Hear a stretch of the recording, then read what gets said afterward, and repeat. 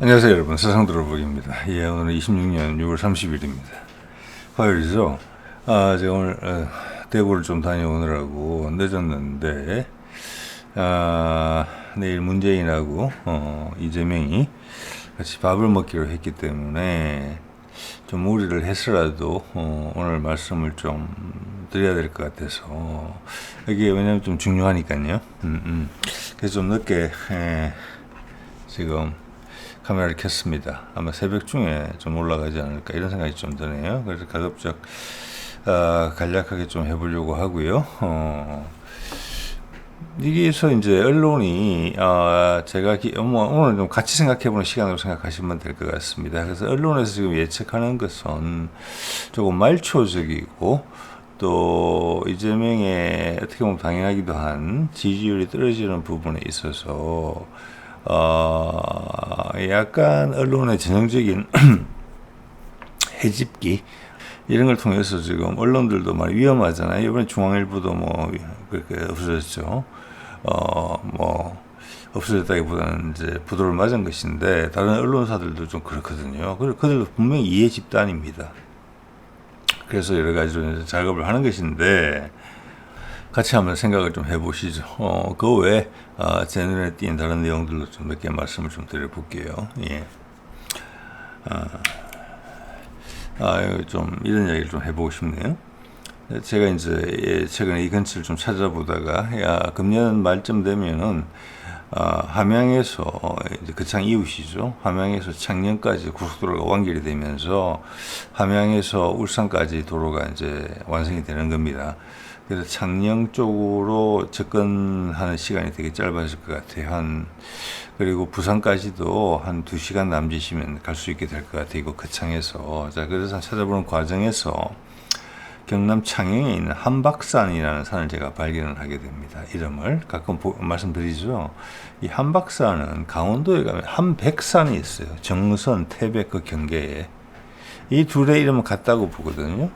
또 우연찮게 제가 얼마 전에 지리산 가서 찍은 사진도 한번 보여드린 바가 있는데, 한박꽃이 있습니다. 북한에 국화기도 하죠. 그래서 이 한박이 어디서 왔을까? 우리 한박 웃음으로 한박 웃음, 한박꽃이 폈다, 한박 웃음이다, 이런 표현이 있는데, 저는 이것을 크게 박다, 즉 크다는 한, 또는 한 가지로 여러 가지 의미를 가지고 있죠. 한이라는 것이 또는 최고라는 의미를 갖고 있습니다. 숫자 1을 의미하는 것이니까 크게 밝은 산이다, 되게 좋은 느낌의 산이죠. 근데 이런 이름이 흔하다. 예, 제가 얼마 전에 뭐 여러 가지 말씀을 좀 드렸습니다만은 강원도에 한백산이 있다. 그러면서 조금 이어지는 생각이, 예전에 아주 옛날에 한 5, 6년 전에 다뤘던 건데, 백두산의 이름이 여러 가지로 불렸거든요. 지금 백두라는 것도 보면은 제가 이제 제 관점에서 말씀드리면, 백이라는 것은 희다라는 뜻일 수 있어요. 흰머리 산이거든요. 그러면 하얀 한마리산, 마리산, 마이산, 그런 말씀 많이 들었잖아요. 마리, 이게 결국 우리 이제 신체를 뜻하는 말로는 머리가 되거든요. 우두머리이기 때문에. 그래서 여러 가지 생각을 하게 되는데, 이 중에 이름 중에 하나가 불함산이 있어요. 예, 이 불자는 밝다 이런 데서 온 거거든요. 또 밝다 또는 붓다. 예, 그래서 이걸 보면은 우리의 언어 생활에 있어가지고 어순이 과거에는 살짝 다르다, 이런 게 느껴지거든요. 밝고 큰 산이다, 불함산이거든요. 한백산의 한자는 같은 거예요. 예, 한백은 거꾸로 한 거죠. 한불산이죠. 어떻게 보면 크게 또는 희게 밝은 산이다. 이제 느낌 오시죠, 여러분? 그리고 계마산이라는 것은 고마산입니다. 고마산. 곰산이라는 거죠. 신령스러운 산이라는 것이죠. 예, 계마 고원도 있죠. 그리고 이제 함경남도, 함경북도 할 때 함자도 여기서 어원이 여기서 왔다, 그런 생각을 좀 하는 거거든요. 예, 그래서 한번 볼까요? 산해경이라고 중국의 고수로 알려져 있지만, 우리 쪽에서 봤을 때는 중국의 고대 역사가 우리로부터 시작을 했기 때문에 우리 이야기를 한 것으로 많이 생각을 하죠. 산해경 속에 나오는 책 찾아보시면 나옵니다. 한번 읽어보실 만한 책이에요. 발환산, 불강산, 불거산, 이게 이제 산해경 여러 군데서 나오는 거예요. 그 중에서 불함산도 나온다는 것입니다. 그 같은 거예요. 그걸 다 한자로 표기하다 보니까 이렇게 표기가 된 거예요. 다 붉은 산, 붉고 큰 산이다. 붉은 산이다. 밝은 산이다. 이런 거예요. 예. 이렇게 보면은 우리 서울에 가면은 불암산이 있어요. 불암산이. 예. 그리고 북한산이 있거든요. 그죠? 예. 북악산도 있죠. 다 같은 뜻이에요. 붉고 큰 산이에요. 자, 이게 내일 이재명과 문재인의 회동에 대한 언론 보도입니다. 최근 겁니다. 예, 이 보면은 이 대통령, 문 전 대통령 내일 오찬 계파 갈등 잠재울까?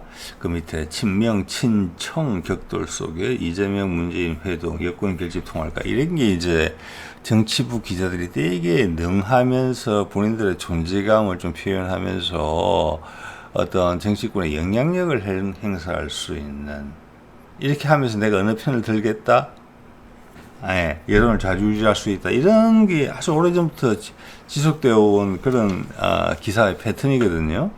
그런데 여러분, 이럴 수도 있다고 생각을 하지만, 이러면 지금 이재명이 여러 가지 큰 건을 지금 벌이고 있는데, 실제 이 YTN과 한겨레에서 이야기하는 것처럼 이런 이유로 둘이 만난다 그러면은 너무 속보이는 거잖아요.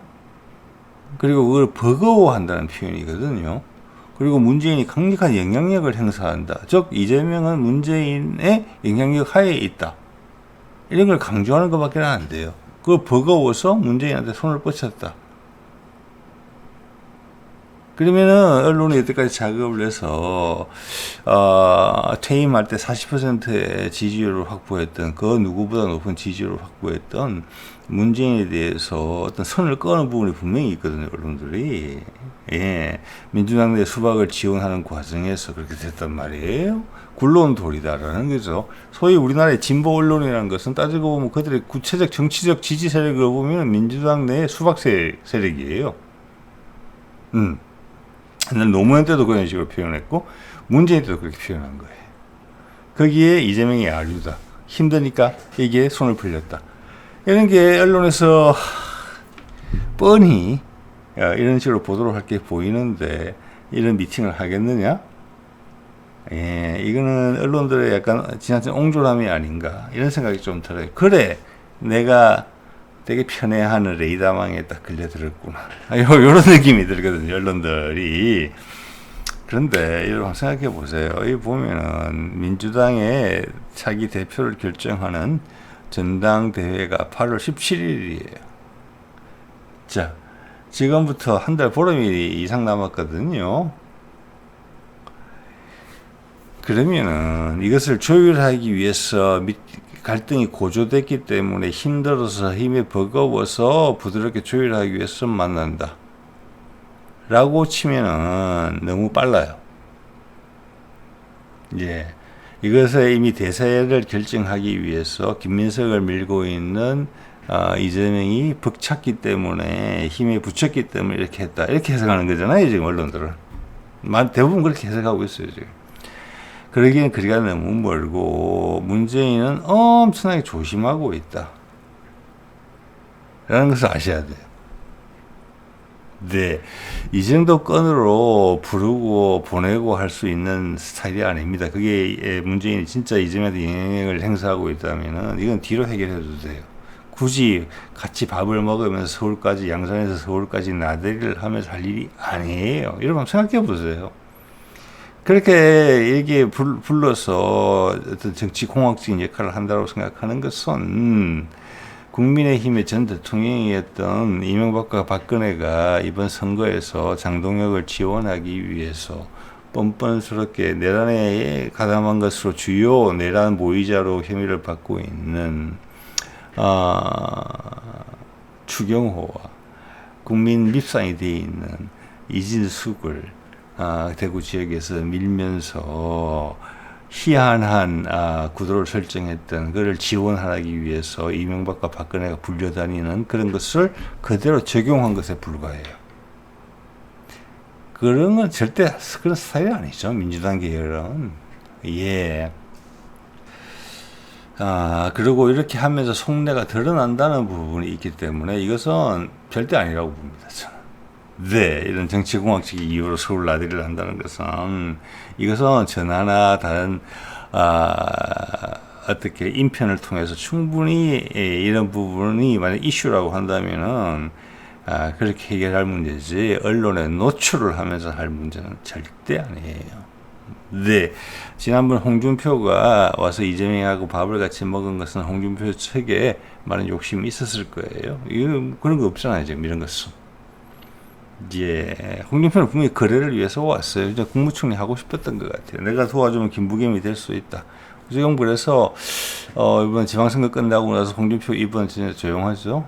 예, 그가 한번 장난을 쳤다고 생각을 합니다. 그리고 그게 거의 마지막이 되지 않을까. 예, 이재명 쪽에서 전혀 완전히 버림을 받았고 국민의힘 계열에서도 더 이상 들이밀 구석은 없겠지요. 예, 그의 정치적 인생은 그렇게 끝나는 것 같습니다.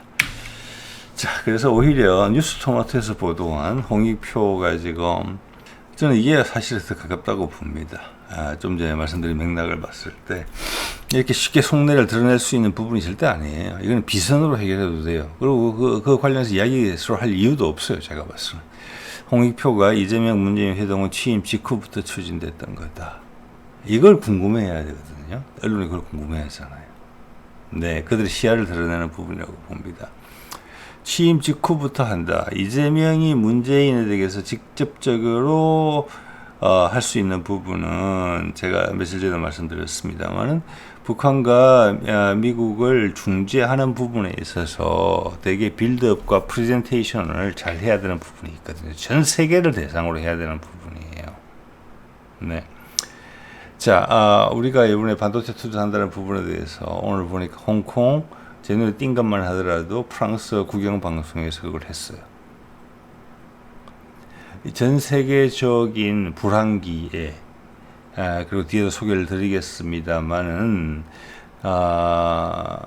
경제 공황으로 진입되는 이 분위기에서 자, 그것을 코로나와 우크라이나 전쟁, 이란 전쟁으로 버텨왔거든요. 그 힘이 떨어지면 금값이 폭등하는 것처럼 미국이 뭘로 버틸 수 있느냐? 이미 한도를 넘었다는 거예요. 전 세계 경제가 실물보다는 돈이 너무 많이 풀렸다. 그리고 생산이 언제든지 멈출 수 있다. 12년 전처럼. 그게 공황이죠. 자, 그런 상황에서 한국이 강력한 AI를 위한 강력한 투자를 했다. 엄청난 금액으로. 당연히 세상의 눈길을 끌죠. 자, 이것은 상당히 상징적이에요. 그걸 통해서 돌파한다. 자, 그러기 위해서는 트럼프가 살아야 돼요. 미국이 망가지면 안 돼요. 그러기 위해서는 북미 정전이고 북한에 대한 투자, 달러의 활용폭이 계속 넓어지면서 그 달러가 돈을 남겨야 돼요. 투자하면 돈을 남겨야 돼요. 지금은 실물이 늘지 않으면서 돈만 풀리고 있는 상황이 전 세계가 그렇지만 달러는 특히 극히 심하죠. 그래서 물가가 폭등하는 거잖아요. 그리고 다른 많은 돈들이 달러에 연동이 돼 있기 때문에 나는 멀쩡한데도 미국이 망가지면 우리 원화가 망가지겠습니까? 안 망가지겠습니까? 망가지죠, 같이. 위안화가 안 망가지겠습니까? 러시아의 루블이 안 망가지겠습니까? 다 망가지는 거예요. 그래서 가는 거거든요. 그게 이제 어떻게 보면은 트럼프의 물귀신 작전 이렇게 표현할 수도 있어요. 저는 이 이재명 문재인 회동은 그거와 상관이 있는 거예요. 네, 북한과의 접촉 경험, 그리고 그것을 트럼프와 다리를 놨던 그 경험. 그래서 지금도 이재명 정부에서 북한과 충분히 협상을 하고 있겠지만 이걸 드러내는 데 있어가지고 총력을 다한다라는 느낌이 있고 여기에 대해서 미국이 호응할 가능성이 있다. 단지 이재명이 문재인을 뭐 특사로 보낸다 이런 게 아니라 이게 트럼프까지 나서서 문재인을 띄우는 작업이 상당히 좀 필요하다. 과거 이야기가 나오기도 하면서 그리고 무엇보다 중요한 것은 김정은이 쉽게 국제 무대로 나올 수 있게 해준다. 문재인이라는 길라잡이가 있음으로 해서 트럼프도 쉽게 올라오고 김정은도 쉽게 올라온다. 이런 것을 지금 논의할 시점이 됐다라고 봅니다. 왜냐하면 아까도 말씀드렸지만 민주당 전당대회는 아직 멀어요. 한 달 반이나 남았고 이때까지 나온 이야기만 보더라도 이 남은 기간 동안 무슨 이야기가 나올지는 예측하기 어려워요, 사실은. 예, 그거는 크게 방향은 아마 잡혔을 거예요. 제가 거기에 대해서 말씀을 몇 개 드린 바가 있습니다만. 그래서 저는 이걸 그거로 보고 있습니다. 예. 그래서 일단 내일 이야기를 하고도 발표가 어떤 식으로 나올지는 모르겠어요. 뭐가 나올 수도 있겠다 이런 생각도 들긴 들어요. 이게 쉬운 만남은 이게 상당히 많은 관심을 받고 있는 부분이고 지금 언론에서 전부 다 이렇게 색안경을 끼고 보고 있는 부분이 있잖아요. 이 점을 뒤집는 그런 게 필요하기 때문에 공개적으로 만난다고 생각을 하는 부분이 지금 있거든요. 그래서 어떤 전혀 예상 밖의 발표가 나올 수도 있다. 당연히 북한 문제죠. 북미 종전과 관련된 문제에 트럼프가 박수 칠 준비를 해주고 있는 부분. 트럼프는 지금 하루하루 이란 가지고 티격태격하면서 연명하고 있잖아요, 진짜. 예.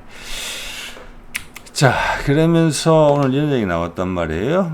이때까지 경상도에 투자된 비용과 비교를 하자면 누적 투자량을 비교를 하면 호남은 조족지혈이다.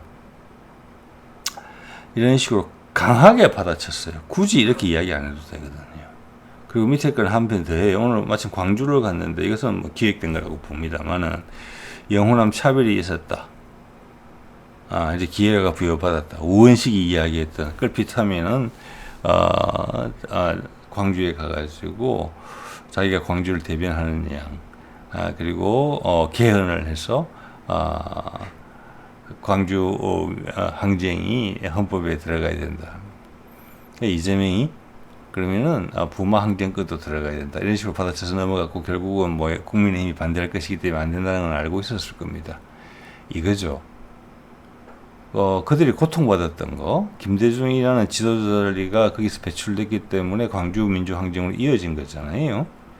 자, 그 광주의 사항을 이제는 현실에서 제대로 보상을 한다는 의미가 있어요. 이게 쉽게 이야기하면. 그리고 그것을 숨기지 않았다는 거예요, 지금 이게. 그 발표한 다음 날 전 광주에 가서 뭐 국무회의를 했든지 뭘 한 거잖아요. 정면 돌파한다는 거예요. 예. 자, 이런 발표가 나오자 이렇게 연 이틀 몰아치는 거거든요. 오늘도 뭐 투자에 대해서 후속부가 계속 나오잖아요. 광주 현지에 있는 기업이 1조 원 또 투자한다. 그리고 SK가 충청도에 뭐 100조 원 정도 투자한다. 예, 이런 것들이 다 몇 년 내에 발생을 한다는 것이고, 오늘도 보니까 광주에 있는 전남대학교 총장이 이재명한테 고맙다. 예, 그 전남대학한테는 큰 거죠. 예, 그 지역이 살아난다. 그쪽 젊은이들이 좋은 직장이 더 떠나지 않는다. 그걸 거꾸로 투영을 하면은 대구 경북에는 무슨 일이 발생할 것인가가 너무나 명확해지거든. 명암이.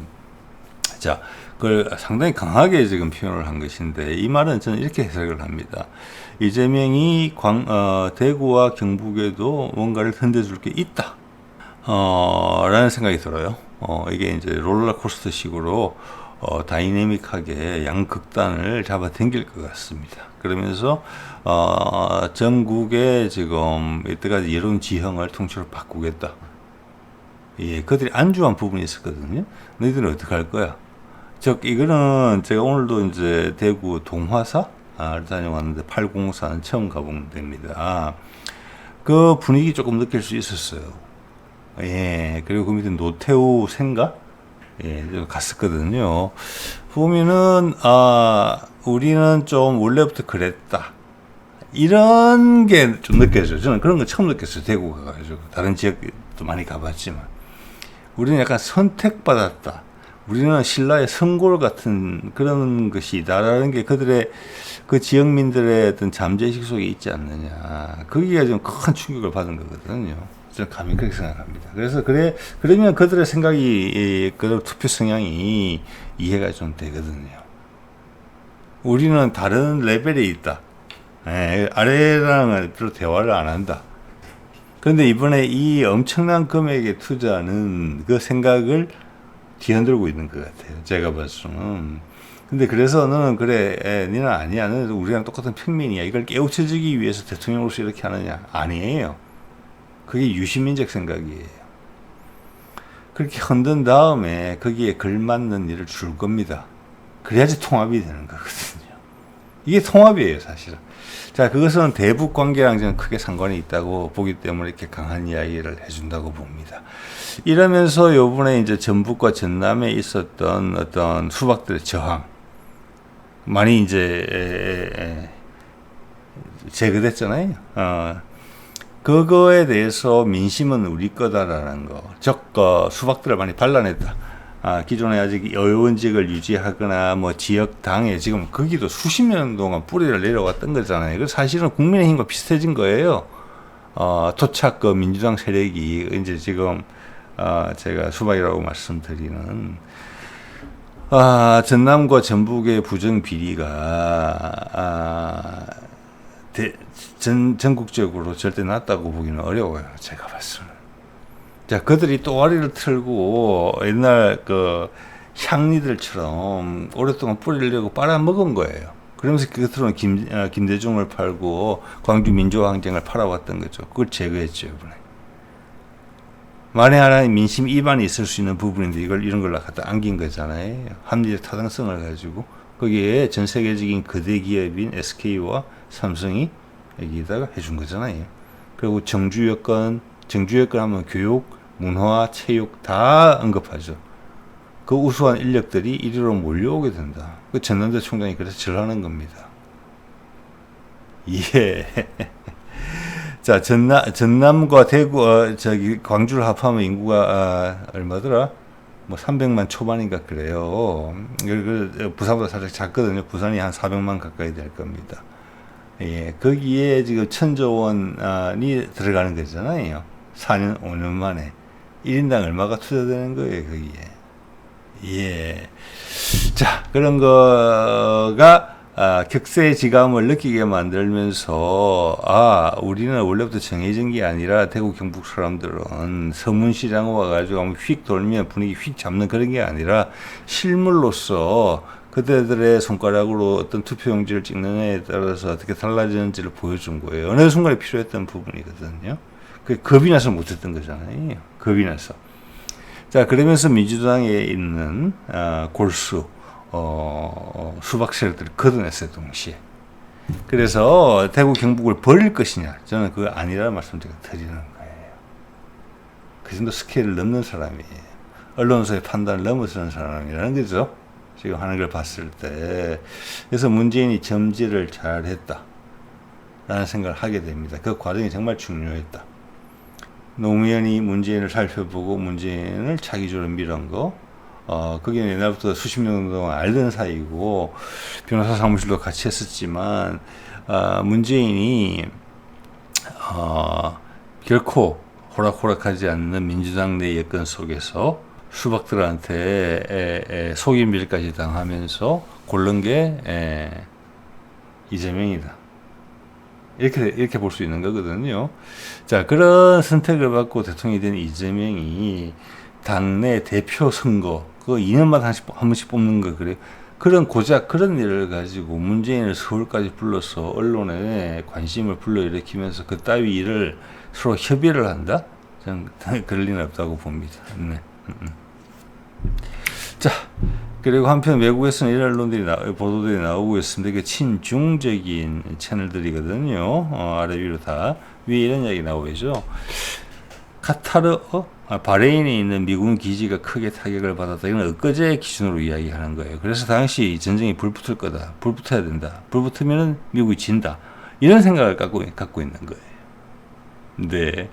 그래서 지금 우리 언론만을 탓하기도 어려운 부분이 있어요. 이게 기존 언론의 한계예요. 이게 다 거품이죠. 많이 없어져야 되겠죠? 좀 있으면은, 적나라하게 그들이 잘 헛짓헛하는 게 전 세계 대중들이 다 알므로 해서.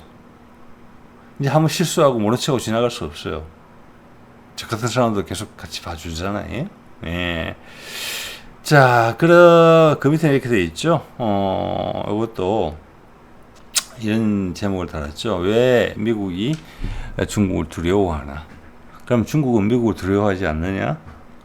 중국도 미국을 두려워하죠. 어떤 식으로? 미국이 망하면 중국도 망한다. 그래서 미국이 들이미는 카드를 받는다. 예, 그래서 북한까지 다녀온 거잖아요. 그리고 다카이치는 우리 눈치로 보는 형편이에요. 다 모든 게 잡혔어요, 분위기가. 그쵸. 제일 초조한 거는 트럼프가 시간이 별로 없다는 부분이죠. 예, 그래서 한 달 반 남은 민주당의 전당대회가 때문이 아니라 북한과 미국과의 문제를 개선하는데 그 시발점을 잘 꺼내야 되잖아요. 거기에 어떤 문재인의 역할이 필요하다. 그렇다면은 이 회동을 하고 아무 발표 없이 그냥 가겠느냐? 아니죠. 여기 이제 관심을 끌고 있잖아요. 정확하지 않은 방향으로 예측은 하고 있지만, 제가 보기에는 그거는 작전이다.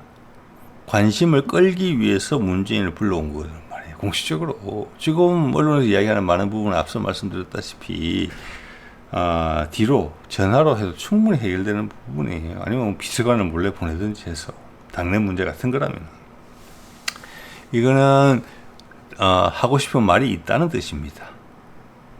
예, 이재명이 문재인을 존경하면서 거기에 힘입는 방식으로 뭔가를 이야기하고 싶은 게 있다는 거예요. 예, 그 결과물로 대구, 경북 그리고 강원 이런 강원이 이번에 보니까 이제 데이터 센터에서 빠졌다는 부분이 있어가지고 지금 이번에 강원도지사가 된 이전에 정무수석이 뭔가 답변을 내놓는 이런 모양새가 취해졌던데 강원도는 다른 거 혜택을 보겠죠. 북한과의 관계 개선 부분에 있어서. 그래서 거기에 데이터 센터는 안 갔다고 봅니다. 굳이. 자, 그래서 그런 부분들이 어떤 시사점이다. 저는 제 눈에는 그렇게 보입니다. 또 한편으로는 이런 기사도 있죠.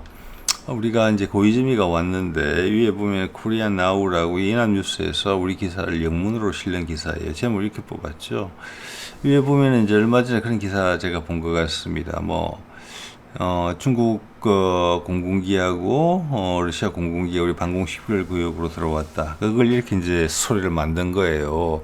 우리가 일본하고 가까워지는 것 같으니까 그걸 경계하기 위해서 왔다. 이거는 전혀 사실 왜곡이라고 생각을 합니다. 우리는 일본을 경계하고 있는데 마지못해 그들이 요구하는 게 100이라면 한 30%좀 해주고 있는 것인데.